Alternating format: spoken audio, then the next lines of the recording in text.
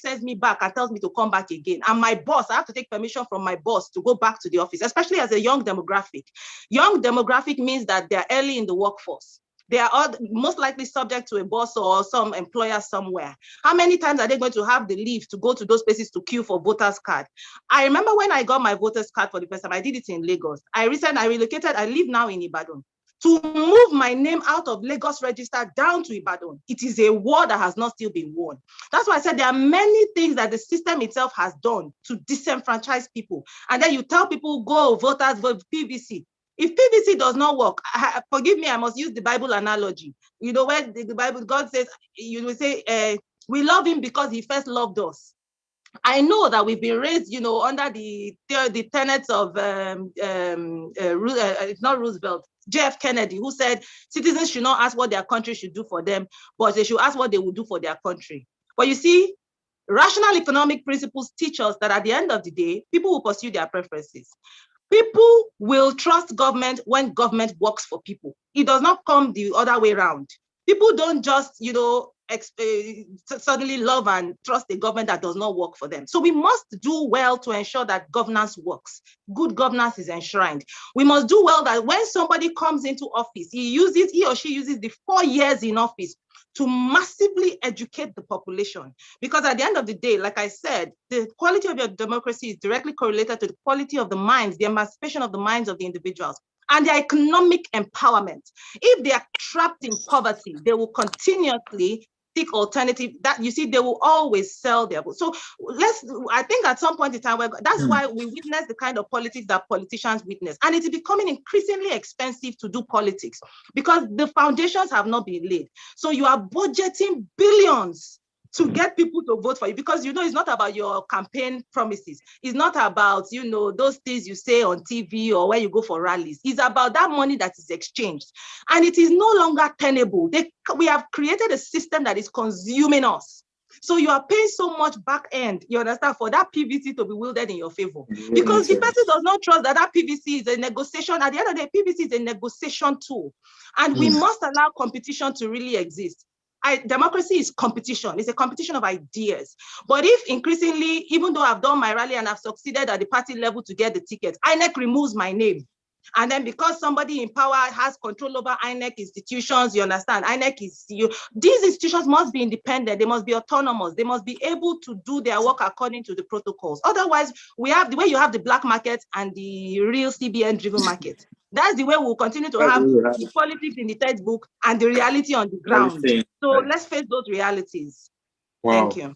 Right, so thank you very much for this. Because I share this your thought entirely. Our society has been entrapped in, you know, a connected chain of poverty that it will be entirely quite difficult, you know, for us to achieve the kind of citizenry we are looking for that will not necessarily, you know, look at collecting 2,000 naira or 5,000 naira. But we have to break that chain first of all. And it's stemming from this point of your reasoning that I would want to crave the indulgence of other panelists to bring in the founder of this great organization, the Lead Generation Initiative, because I think that this will be the best point for me to bring him. If I allow him this point that he raised these very cogent issues to go, it will most likely water down the things I would have loved him. I would of course want him to address when it comes on board. So please just allow me let me assume the presidency of the country now, and I can exercise my powers to bring in the founder and the chairman to make his very key remarks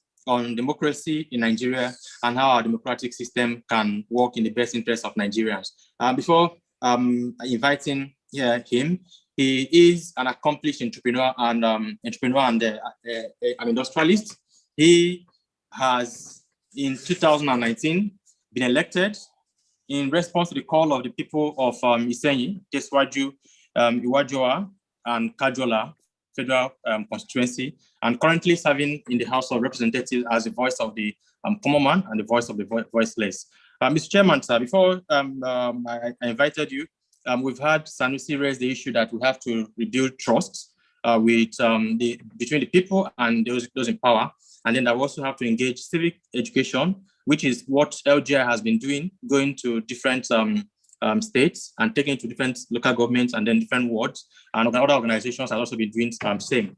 Other panelists have also made it very much clear that unless the knowledge base of the citizens on the kind of values we should have as citizens on our democratic system is proportionate to, unless we have a good value system, an informed citizenry, and as by Mr. Edem, Osari just said now, citizens who have the economic power too, then we cannot have quality democratic system. We've had other panelists also say that our system have to work only when we the people take active responsibility and then be part of the process. Now, I would want you to look at the entire structure we have now, the entire system we have now, and how Nigerians can actively be part of the system to make our democracy work for all Nigerians. Thank you very much, sir. Thank you very much, Stanley Ekpa. Thank you. The lead discussant, Professor Tunde Oseni, thank you for honoring our invitation. And also I'll say a big thank you to the Executive Director of Lead Generation, Chief Mrs. Abiola Pella, who doubles as my wife, and to the panelists, that's Barrister Abiola Abdul Karim, thank you. Afsat Shinkafi, thank you so much, and Sanusi Olania. Barrister Edem Osai, it's good to see you again. I remember the last time at when you came to speak to us at the Youth Summit for our party, APC. And also Korede Daudu KC, thank you. And Comrade Jamilu Aliu Karachi, is that well pronounced? So thank you. And of course, the moderator who doubles as the National Secretary for the Lead Generation Initiative. Thank you so much. I'm very, very happy, to join us here today. Truly, I should be saying happy and Democracy Day. But when I say that, it sounds like we are celebrating. And, what I believe that should be celebrated is success. At least for the, few people here that have worked with me. There's something I always say that I don't celebrate effort, but I celebrate success, results. And that is why truly when you really want to greet somebody at this time and you say, Happy Democracy Day, you begin, to ask yourself that, is our democracy in Nigeria worth, of celebrating, because of where we found ourselves. But as it is, for me, I believe that it is not the time to blame anyone, because truly the way that democracy is meant to be, democracy is a government, of the people, made by the people and for the people. It means democracy is the people's government. And God did not create governments. God created men. Men created government. So government is meant to be something that men, the human beings, we are meant to use to coordinate our daily lives and our operations. So for me, if our democracy is going in the direction that it is today, trust me, it is not a blame, to anybody, but it is a blame that should be apportioned to everybody. And without doubt, June 12th, which is the day that we're celebrating today, marks a significant day in the history of in our political history in Nigeria, and most especially because we have lost too many people, putting so many efforts, lives in the struggle of democracy. And there's no way that we'll mention democracy in Nigeria today that, of course, we will not mention our brothers and sisters, that have lost their life, most especially the man, that won the presidential election in 1993 election when Nigeria was meant, to take democracy from the military rule, in person of late Chief Moshood Kashimawo Olawale Abiola. May you so rest in peace. But as we gather today, for me, I don't really want to talk about the present situation. I want us to look at the possibilities, of us of achieving a better democracy in Nigeria. That is the first question. Is it possible? Is it possible? Because for me, I believe in Nigeria of today, democracy is not where it should be. I can say that democracy in Nigeria is insane. And sane is a thing of the mind. It is a thing of the mind. It's sane is for you to have faith. And that is why, for you to understand, for us to have a sane democracy, it is a thing of the mind. You must, first of all, have faith in the system. Can the system work? Can the system work? You must be able to, we must be able to have faith, in the system, that can the system work. Like I said, that God did not create the government. God did not create democracy. We created democracy. But we should understand, because thinking back as a layman, we need to look at how democracy came to life. Because first, how did we come to life as human beings? We know God created land before men, and God created men, from the sand, and the land, and that is why we are what we are today. But for us, God did not bless us the same way. You have the poor, you have the rich, but we must be able to coexist, among ourselves. That is why we'll be able to come up with one style of the government or the other. But I believe the best style of the government is definitely democracy, because it is meant to be government.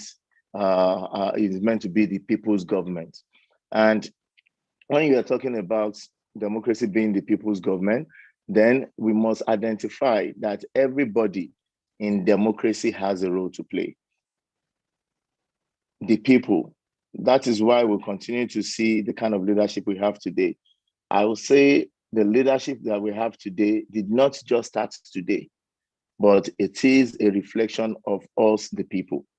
That is why if you put an average of 100 people in Nigeria in a room, and you tell them, hey, let's count ourselves, and it's 100, and you even still do a head count, or you let everybody count by mentioning their numbers, and you're sure that is 100.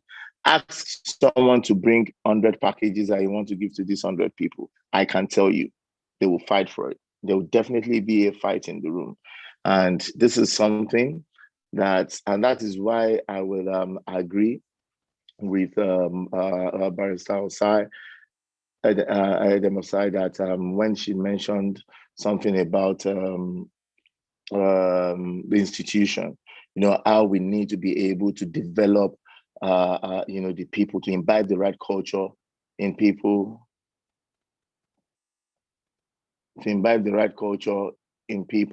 so that people can be able to be. Am I on? Hello? We can hear you. We can hear you. Okay, good. Okay. I got a pop-up on the screen. So that is it. So, but for us, we need to understand that, I heard when we're talking about, in democracy, the majority must always have their way, and then why minority must have a say. Yes. But don't still forget that, yes, even in that democracy, you can have a room, and you have an example of, let's say, a group of, let's use, what can we use to differentiate? Okay, let's use religion to differentiate. You have a room of maybe 200 people, and 150 Muslims, and maybe 50 Christians. Yes, definitely in democracy, if they vote, the majority must have their way. But it cannot continue like that. It must get to a stage when you must be able to put into practice the principle of equity, where you will understand that you have, two set of religions here, and if this set of people have done this at this time, then we must be able to put this. So it is a thinking, it is something of the mind. For you to be able to achieve that, it must, come from your mind. And that is why even in the motto for the country, it says unity and faith and peace and progress. It is very important. Faith is free. It is a thing of the mind. Even for you as a Muslim or as a Christian, why you continue to fast is because you believe that there is God in existence. And if you pray, God will answer your prayer. That is the same way as a citizen. You must be able to believe in the country because God has done what God will do to create the land. And the land already, whether it's Nigeria, is Kenya, is United States of America, is the land. And God knows when he created Nigeria to create the enormous resources that the country has today, both human resources and natural resources. So you need to now understand that God has created Nigeria to be practically one of the best countries in the world. But we as the people, are we going to create something that is not going to be bigger than us for us to be able to deal with the government? So democracy. So that is why people must understand that in democracy, it is not just the government to play the role. There is also a role to be played by the citizen. It is the citizen that creates the power that they give, that makes the government. And also the citizens must always understand that at any particular time that you are engaging the government. You are not fighting one person. And I say this a lot. During the EndSARS, I will always want to refer us back to EndSARS because, we lost a lot in EndSARS, the lives that were lost in EndSARS. So at every time that we talk, it's something that always comes back to my mind because I believe that the primary price, the highest price, has been paid, and we must always, learn from it. When you come out to engage the government, you are the people. Even if you come out in billions, you are not fighting one person. Don't ever forget. Don't get it wrong. That the government that you fight is not one person. It is not the president. It is not Muhammadu Buhari. It is not. The government is a system. So when you engage the government, when you see people come out and they are upset, they are on the street, even if you have all the weapons in the world, you cannot fight one person. The only thing you need to fight that person is law. And that is why as citizens, we must understand our power. We must understand on how to exercise our power democratically, So it is very important for us, even as the citizen, to understand what we require to do to play the right democracy, for us to take our democracy to where the democracy is today. As a government and even as the people, we are always rushing into, I'll say, cutting the head off to address headache. I'll just use that as an example. And this is something that happens even to the government and it happens to the people. I'll take the issue of Twitter, for example. The issue of Twitter. Yes, even if we need to punish Twitter as a government, there are other ways that I believe that you can engage, Twitter for, whatever reasons that, amount to what has happened. But what you need to do is we need to understand that the system must be there.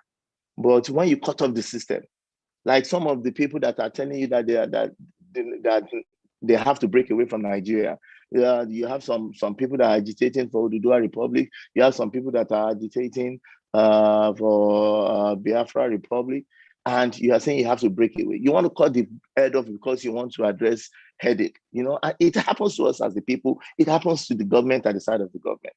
So it is that is why we came up with the Lead Generation Initiative, so that we can begin to deploy system and resources that can imbibe the right culture in the people.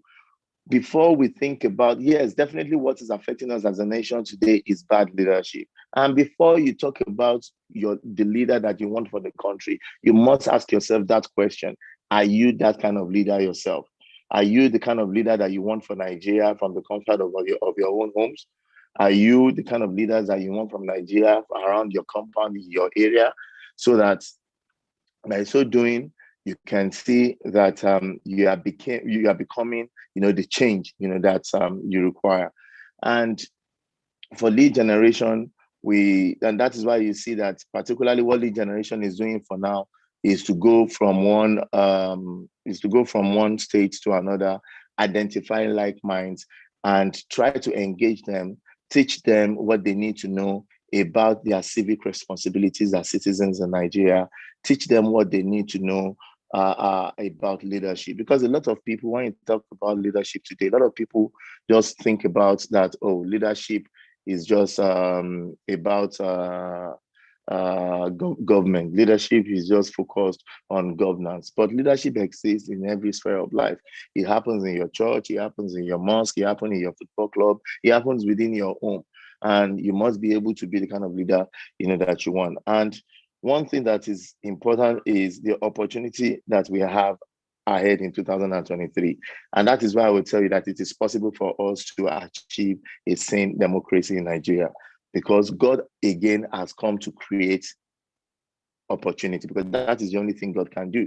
God is not going to come and fix Nigeria for us. God has created the land with so much resources and with very resilient human beings. That is why you see that Nigerians are very resilient, and God will not give you a problem that is bigger than you.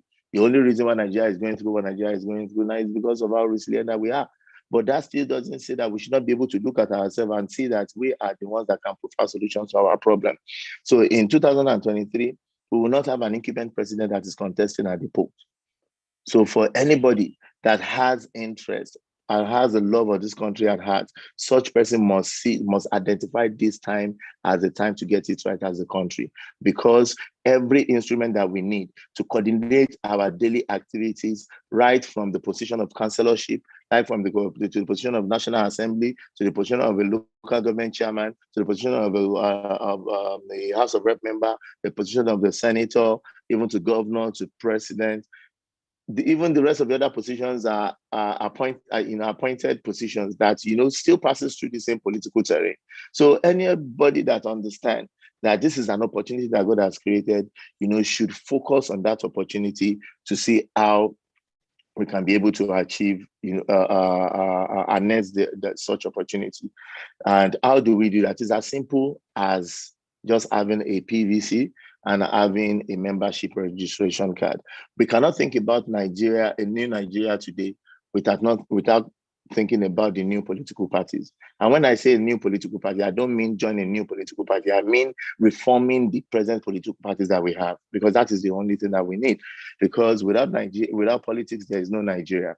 So now we are talking about new Nigeria, and yet you don't have a political party, you don't have a political party membership card, and yet you are holding your PVC to say, yes, you want to vote your right candidate. What gives you an assurance that your right candidate is going to make it out of primaries if you don't join a political party?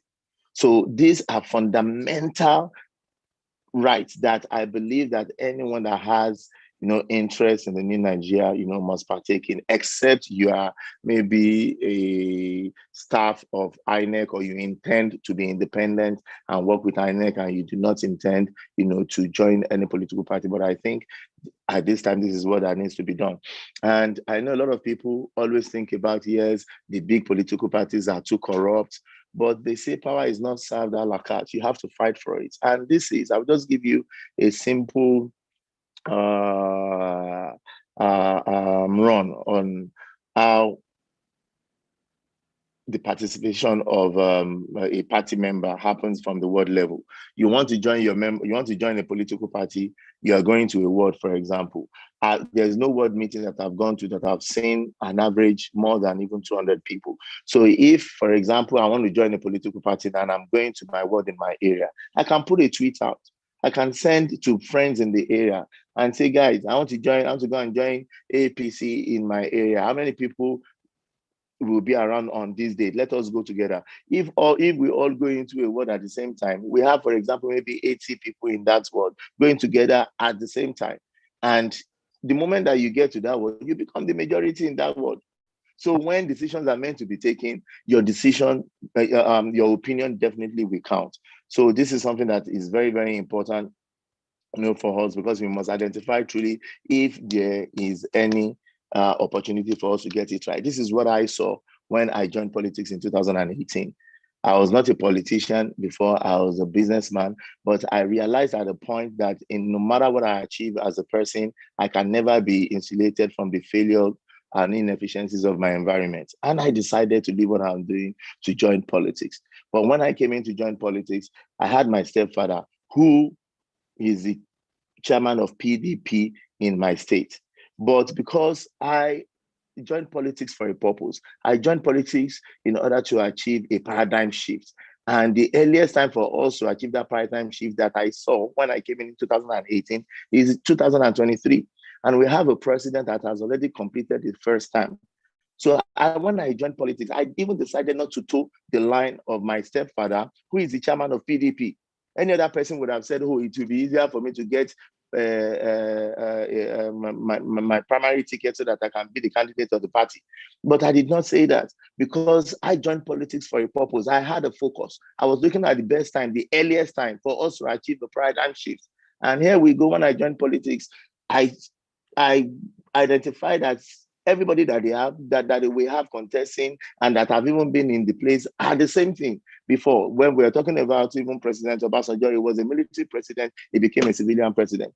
President Muhammadu Buhari was a military president, he became a civilian president. Atiku Abubakar was 8 years a vice president, he still wants to become a president. When are we going to have a paradigm shift? Those are the questions, to me. And when I wanted to take my decision, I didn't look at, let me toe the line of my stepfather so that I can get a ticket. Because if I had gotten a ticket and I ran under PDP, it means that if Atiku had won that election, then in 2023, we'll be getting up for second time, which makes it longer for us to achieve our aim. So for me, I saw it and I decided to pitch my tent with the APC. And here we go. Now we have the opportunity in 2023. And now we have an organization like Lead Generation. And what Lead Generation is doing is to focus at building in a louder voice. So happy Democracy Day, everyone. Thank you. Thank you very much, sir. We sincerely appreciate you for your thoughts, then for your story also of involvement, which of course spans through a lot of inspiration for young persons, because it is just not about sitting down or playing one person or one arm of the social contracts. It is the people, it is the government, and then that is what forms the social contract. And of course, as rightly noted earlier on, if there's any blame to be apportioned, it is collective blame to everyone, because we all are involved in this. At the end of the day, government will come and government will go, but the state remains, and the state is ours as the people. So we want to sincerely appreciate you, sir, for your thoughts. And then we will continue to, get involved, and we'll continue to also to pass the message, particularly through the Lead Generation initiatives, get involved in leadership training, so that over time, just as over time we have seen ourselves in, having the kind of leadership that reflect the kind of system and people that we have now, we can have a system that reflect the kind of quality citizenry and then quality and good institutions that helps to promote our democratic institution. Just in line with your thoughts that we need to understand how to achieve a functional, the possibility of achieving functional democracy in Nigeria. I would want to invite Olaniyan Sanusi let's look at the big question now, the question of how, what are the practical steps to which we can achieve functional democracy in the country, and how this should be or can be sustained in building the Nigeria of our dream. Olaniyan, you have the floor now. Okay, thank you again, Stanley. So how do we achieve a functional democracy? It's simply by citizens' participation, right? In a democratic government, two actors have a role to play. The state has a role to play in discharging their duties as government of the day, while the citizens also have a role to play in ensuring that the state is being held accountable, right? So if you have an active citizenry that prides participation or political participation in society, then there's no gainsaying that a functional democracy would be born out of that. And where do we start from? Earlier, you mentioned the fact that young people have continued to protest since last year up until this year, and young people still go back to the streets en masse. But then, at what point do we move from protest to power? Yes. At what point do we move from protest to power to make sure that we're not just agitating against the government and going out there, but we're also playing our part in ensuring that good governance is born in the country? right? INEC has announced that the continuous voter registration would commence on the 28th. And I would like to refer to some of the things Barrister Osai said, that INEC itself has disenfranchised citizens with the way in which it conducts its PVC registration, which is the CVR. That INEC itself needs to consider putting in incentives to want to make young people, especially young people, and I'm particular about this, to make young people want to go out there and obtain their PVC to ensure that in 2023, they also come out to vote. How do INEC start to rethink the CVR? And one of the incentives that INEC has said they will be adding to this year's CVR is that there's going to be a pre-registration phase where people can go online and pre-register um, just in a way to curb all of those bottlenecks that all of those long queues that we see at the registration center. So you pre-register online and then you go to where INEC is physically and just obtain your PVC. If INEC can go through with that, I feel we're going to see a large number of young people register for this process this year leading towards the 2023 general elections. We've protested, yes. We've executed our constitutionally guaranteed right of peaceful assembly, yes. But how do we sustain that momentum and not just become a reactionary generation? That it is only when we're concerned about bad governance and then we take to the street, we agitate and then we go back home. How do we begin to contribute to that political process? How do we begin to participate in the democratic process in the country? Political participation is very key. And I mentioned earlier that you necessarily don't have to join a political party to run for office. No, you don't, right? You can be a member of a political party and just be contributing ideas, be contributing to party activities, be building value within the party. And when it's time for you to select your leader, you're also a part of that process. So even if godfatherism is well pronounced within the party, over time you're beginning, because of the large participation of young people. And don't forget that politics is a game of numbers, not just of votes. No. Over time, you begin to whittle down the influence of the godfathers within the party. You begin to generate funds for the party when you make sure you pay your party dues. So you don't lose this to the reservation of the old guard only. No. And Nigeria currently has a large young demography of citizens. So we need to be able to devise means to attract, to make sure that politics or political participation is attractive to that demography, which is the only way we can make that numbers work for us as young Nigerians. Yes, it is good to see us on the streets, but how do we move from the street to power? How do we ensure that we're not just out on the streets agitating every time, but we're also contributing to the political process of the country, that we're also participating in the political process of the country? I think that is very, very important. And I think INEC has a critical role to play in that. All eyes are on them for the commencement of the CVR process later this month. Let's see what INEC has in store for us. Thank you very much, Sanusi. We have to move from protests to power now. We have to ensure that we get actively involved in the party structure. We have to, push also that INEC enforces and then carries through the reforms that would enable the most important demography of our democratic system, the young persons actively being involved in the entire process. I've seen so many hands up. We're going to take your comments, your questions from the chat box. But before then, I would invite Barrister Abiola Abdulkarim for his thought also on this, because this question is actually very, very key. We must understand how, in practical terms, just as the way Sanusi has outlined now, that we have to begin to engage the young persons to be more involved, right?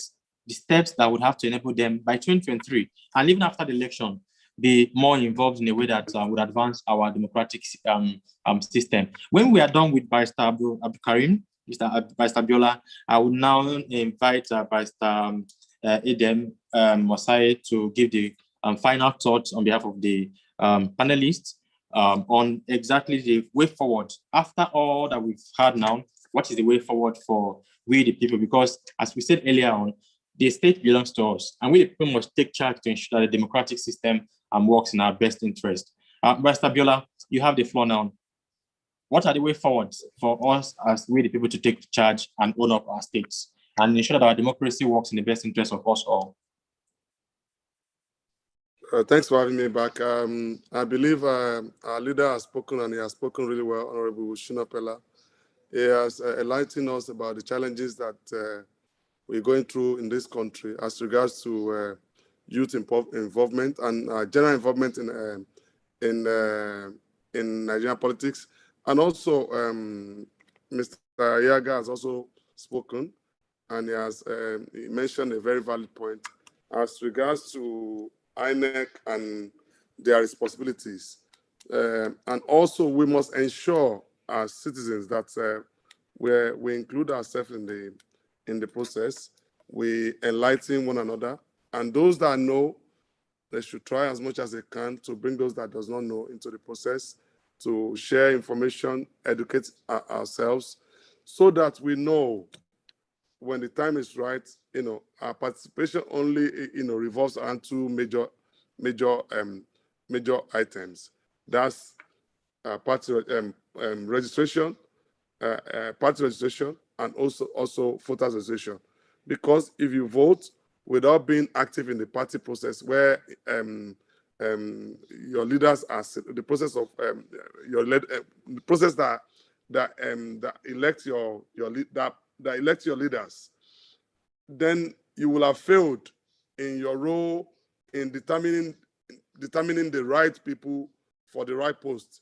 So you have to make sure you participate at the party level, so that your participation on the election day will make sense in the end. So I think those are the two keys we have to, aside from the education that we've all agreed upon. We have to make sure the education is there. We share knowledge. We enlighten one another, and also we must participate. It's not enough to just have the knowledge. It's not enough to just share information. We also have to be actively involved in the process where our leaders are selected. I think this key point, this majors the point that we've all has been talking about all day today. So that's my share. Thank you. Yeah, thank you very much, sir, for highlighting those points in its very practical steps. Just to have responses, because I've seen that so many persons are raising their hands, particularly in response to the different speakers and panelists, and then the founder of LGI, who would have to join other engagement I have for this same time that he has adjusted the schedule to be part of this event now. We'll just take one or two questions that are directed to him before he leaves, and then we'll take the other questions and direct them to the panelists. I would look at the chat box to see how many persons. I can see some hands up. Can you either type your messages so that I can, for want of time, quickly read out to him? If the question is directed to our founder and chairman of the Board of Trustees, Honorable Shina Abiola Pella. Thank you very much. I'll be taking the questions from the chat box before I call Barrister Edem Osai for her final thoughts.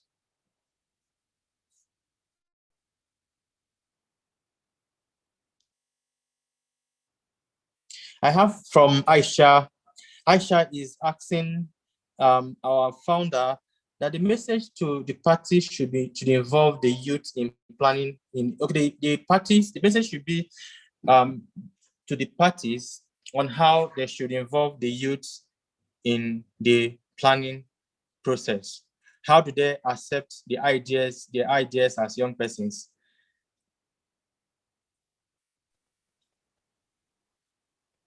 So we'll direct this question to our founder, Honorable Shina Abiola Pella, and then we'll take one or two more questions, and then we'll give other persons the chance to direct their questions also to our other panelists. This person, Aisha, is asking, most time young persons have good ideas, they want to participate, but the structure of our political parties and systems try to block them out. How do we as the young persons that want to participate now, overcome this challenge? Thank you very much. Thank you very much, Stanley. Like I said before, it is very important for us to understand that there is an opportunity for young people to participate in achieving the paradigm shift that we so desire in Nigeria. And, when I was just talking, I talked about faith. And I'll talk from my own perspective and how I relate to things. I don't depend on people. I don't depend on the system. I depend on what I can do by myself and the opportunity of things that is happening around me. And in that sense, I would want to advise, the young people in Nigeria to identify the opportunities surrounding the situation at first. The first opportunity is one, election in Nigeria. Election anywhere in the world is meant to be won by the majority. Forget about what is happening in Nigeria. Forget about whether there's a possibility of rigging or whatever. But as a person, election is won by the majority. In our population in Nigeria today, the young people occupy the largest number of our population. So that's already, sends a message to you as a young person to know that this is the time for you, to participate in politics because you are needed. What the country is saying, what the country is saying in terms of demography, favors you as a young person. So you should, participate in politics. The second opportunity is what is there, the opportunity for transition in government. You have a government that has successfully completed the 8-year period, which is a 2-term, that is applicable by law in Nigeria. So which, definitely gives an opportunity for transition. Yes, we have a problem of bad leadership. We believe that there should be paradigm shifts of power. Is there a possibility for us to achieve that paradigm shift of power? Yes, there's an opportunity for us to achieve the paradigm shift of power. Because in 2023, whether we like it or not, the present president, is not interested and is not the system does not permit him to, run in the next election. So this gives a clear opportunity that we can achieve our aim. Now, this is when you have to say that everybody should get involved. But when you say everybody should get involved, I noticed that a lot of people, the first thing they say is, oh, I don't have money for campaign. Oh, they will rig election. Oh, they will do this. It is still the same thing that makes us as Nigerians. It's still that same thing that makes us, that affects us, that puts us to this stage, that puts that thought in our mind. Because when they tell you to get involved, they are not telling you to come and run. It is not everybody. Everybody does not have to do the same thing. Yes, we have a common goal, but there must be what is called shared responsibilities among us. We must have the ones that we run. We must have the ones, but everybody must participate in the system because whether we like it or not, it is the system that we elect who our leaders would be, who the people that will be representing us, that will make the policies that will affect our daily lives. So for that reason, if you have an opportunity to participate, you should not fold your arms. You should be part of that process from the primary level, because even you understand. And there's nothing like, for example, I'll talk for myself and I'll talk for my party. I belong to the APC. I still believe that the system around us, but for me, because of the way that I function, the system around us has provided some sort of opportunity for us to see that there is a possibility of getting it right. We have a government that we're sure, in some other countries, what they are even clamoring for is for transition, for a government to be able to say, yes, I have to leave, another person must rule. That is their problem in some other place. Yet it's not our problem here in Nigeria. What if we are in a situation where we are talking about maybe a president that has been governing for a number of years and does not want to go or wants an extra term or something like that? So even we have failed as a country. I know there's no doubt about that. But when we fail, we should understand that we fail forward. And how do we fail forward? For us to look within ourselves, for us not to to put our hope in a person, for us to see what we can be able to achieve ourselves as the people, for us to understand the opportunity that lies around and how we be able to convert that opportunity to work in our advantage. So this is my advice, for young people, that they should understand that power is not served a la carte. Power, has to be taken. You have to organize yourself, and according to the training for lead generation, I know that part of the training that we offer during lead generation is this political mobilizing and political